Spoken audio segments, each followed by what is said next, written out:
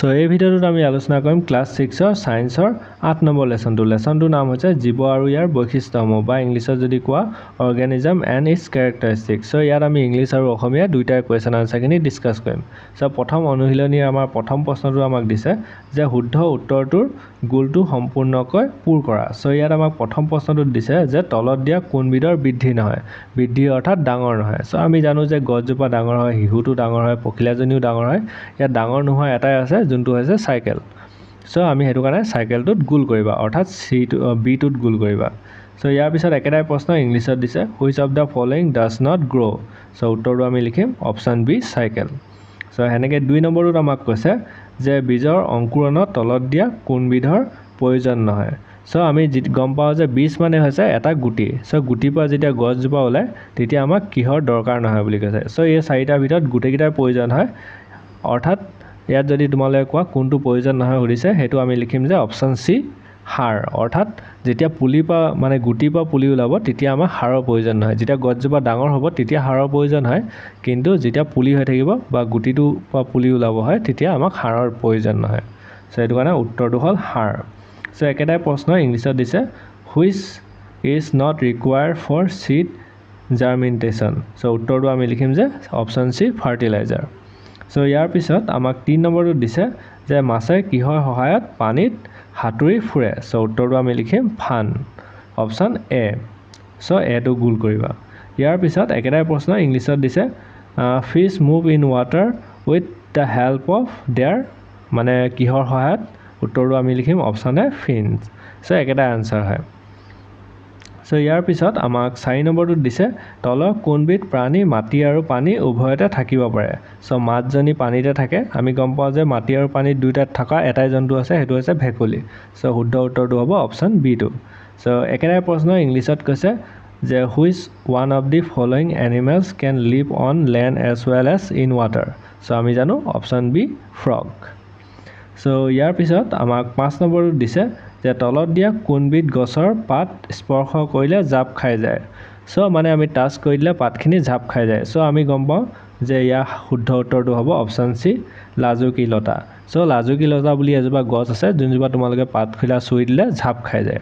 so হেতু কাৰণে উত্তৰটো আমি লিখিলো লাজুকী লতা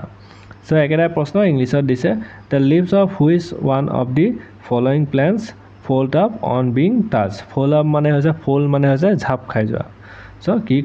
উত্তৰৰ নাম লিখিম মানে ইংলিছত যোনটো লিখিম হেতু অপচন সি একেটা আনসাৰ হ'ব মিমোসা বা ইংলিছত আমি লাজুকী লতাটো মিমোসা বুলি কওঁ তাৰ পিছত আমাক 6 নম্বৰটো দিছে মহে কোট কণী পাৰে সো উত্তৰটো হ'ব অপচন এ বন্ধ পানীত অৰ্থাৎ পানীত মহে কণী পাৰে ইয়াৰ পিছত একেটাই প্ৰশ্নটোত কৈছে where does mosquito lay eggs so উত্তৰটো আমি লিখিম অপচন এ সো ইয়াৰ পিছত আমাক 7 নম্বৰটো দিছে যে লালুকিৰ গাত তলৰ কোনটো দেখা যায় সো উত্তৰটো আমি লিখিম যে অপচন বি নেজ আৰু জলক্লুম অৰ্থাৎ যেতিয়া পোৱালি হৈ থাকে তেতিয়া আমি লালুকি মানে গম পাইছে আৰু ভেকুলী পোৱালিটো তেতিয়া নেগুৰ লাগি থাকে হেতু কাৰণে আমি নেজ আৰু জলক্লুম লিখিলো জলক্লুম হৈছে এটা মানে তেওঁলোকৰ পাৰ্ট যোনটো সহায়ত তেওঁলোকে উখা নিখা লয় সো ইয়াৰ পিছত একেটাই কোৱেশ্চন ইংলিছত দিছে যে which of the following is seen in a tadpole so উত্তৰটো আমি একেই লিখিম option B tail and Giles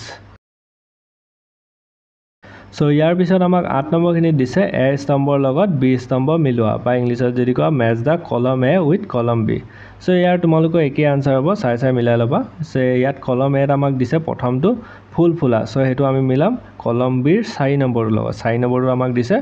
উদ্ভিদৰ চলন সো আমি ইয়াত সিধা শুদ্ধকে লিখা আছে তোমালোকে চাই কেনে মিলাই ল'বা সো বি টোত আমাক দিছে ৰেচনটো আমি অপচন 3 নম্বৰৰ লগত মিলাম 3 নম্বৰটো দিছে গাৰ পৰা ওলোৱা পানী আৰু বৰ্জিত দ্ৰব্য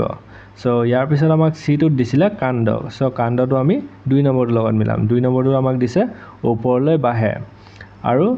ডি টোত আমাক দিছে শ্বাস প্ৰশ্বাস সো শ্বাস প্ৰশ্বাসটো আমি একেবাৰে ওপৰটোৰ লগত মিলাম 1 নম্বৰটোৰ লগত হেতু দিছে দেহৰ ভিতৰলৈ আৰু বাহিৰলৈ বায়ুৰ আদান প্ৰদান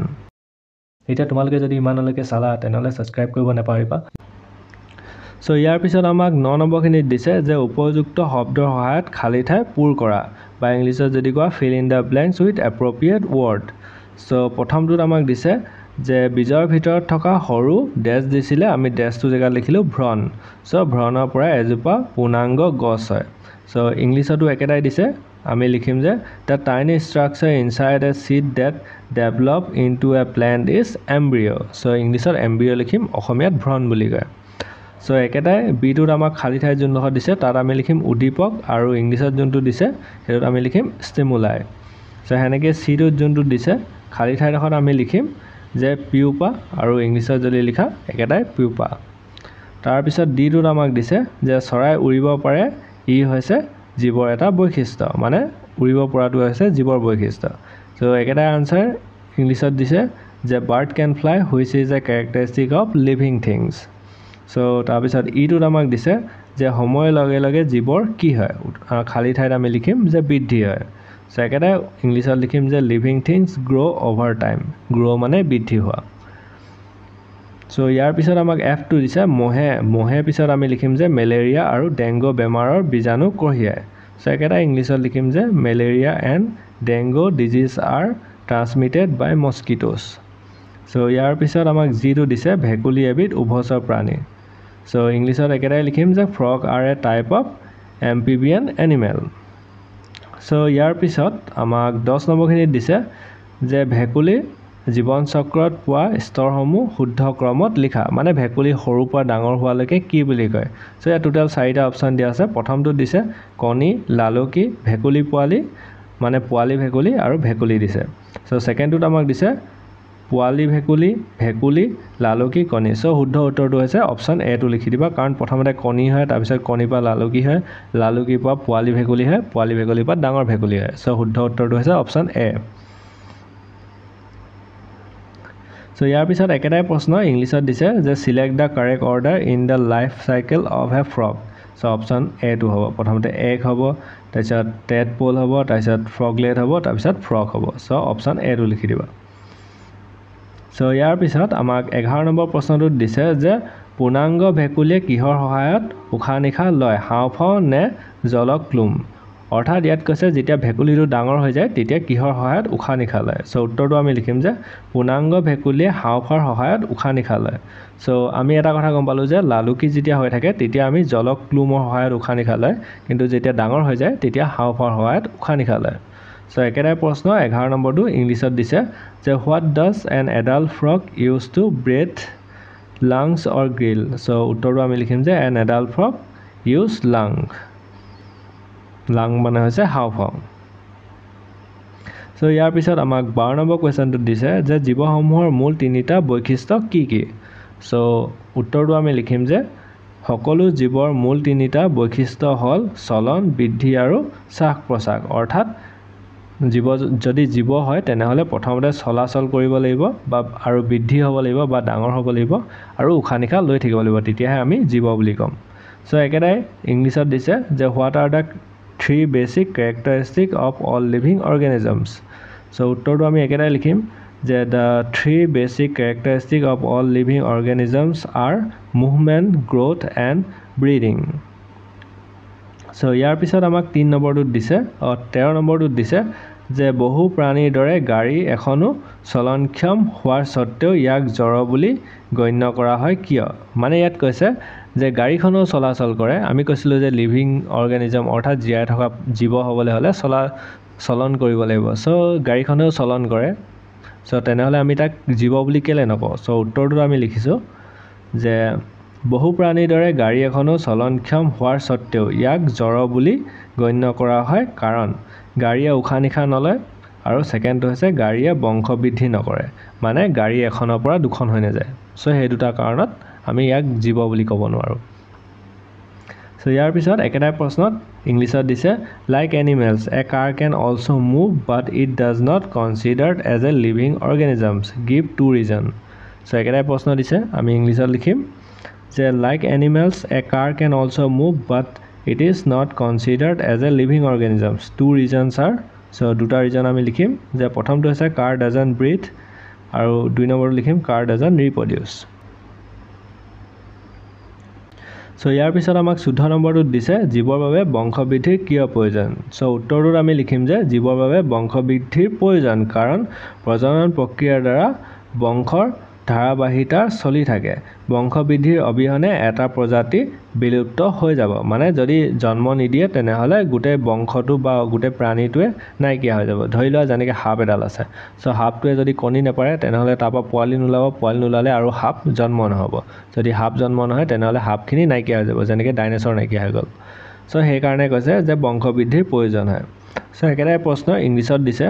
যে why is reproduction important for organisms so একেটাই উত্তৰ লিখিম যে আনসাৰটোত আমি লিখিম যে reproduction is important for organism because it is necessary for the continuity of life without reproduction a species would eventually become extinct মানে নাইকিয়া হৈ যাব so সেই কাৰণে reproduction প্ৰয়োজন হয় সো ইয়াৰ পিছত আমাক 15 নম্বৰটো দিছে ভেকুলী জীৱন চক্ৰৰ বিভিন্ন দশাসমূহ নাম লিখা সো এতিয়া আমি ওপৰতে পাই গৈছিলো এটা সো হেতুৱে আমাক লিখিব কৈছে সো উত্তৰটো আমি লিখিম যে ভেকুলী জীৱন চক্ৰৰ বিভিন্ন স্তৰসমূহৰ নাম হ'ল প্ৰথমতে কণী হয় তাৰ পিছত লালুকি হয় তাৰ পিছত পোৱালি ভেকুলী হয় তাৰ পিছত এটা ডাঙৰ ভেকুলী হয়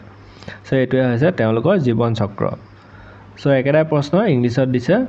name the different stages of the life cycle of a frog so আমি লিখিম আনসাৰটোত the different stages of life cycle of a frog are প্ৰথমতে এগ হয় তাৰপিছত টেডপোল তাৰপিছত ফ্ৰগলেট এণ্ড ফ্ৰগ সো 16 নম্বৰটোত আমাক দিছে মোহৰ জীৱন চক্ৰৰ ছবি আঁকা ইংলিছতো একেটাই দিছে তোমালোকে এই পিকচাৰটো চাই কেনে আঁকি ল'বা অসমীয়াত হ'লে প্ৰথমটো আৰু ইংলিছত যদি লিখা ছেকেণ্ডটো সো এইটো তোমালোকে বুকতো পাই যাবা সো এইখিনি হৈ গ'ল আজি কুৱেশ্যন আনসাৰখিনি সো তোমালোকে যদি আৰু নেক্সট যোনটো লেসন লাগে কমেণ্ট কৰি জনাবা লেসনটো নাম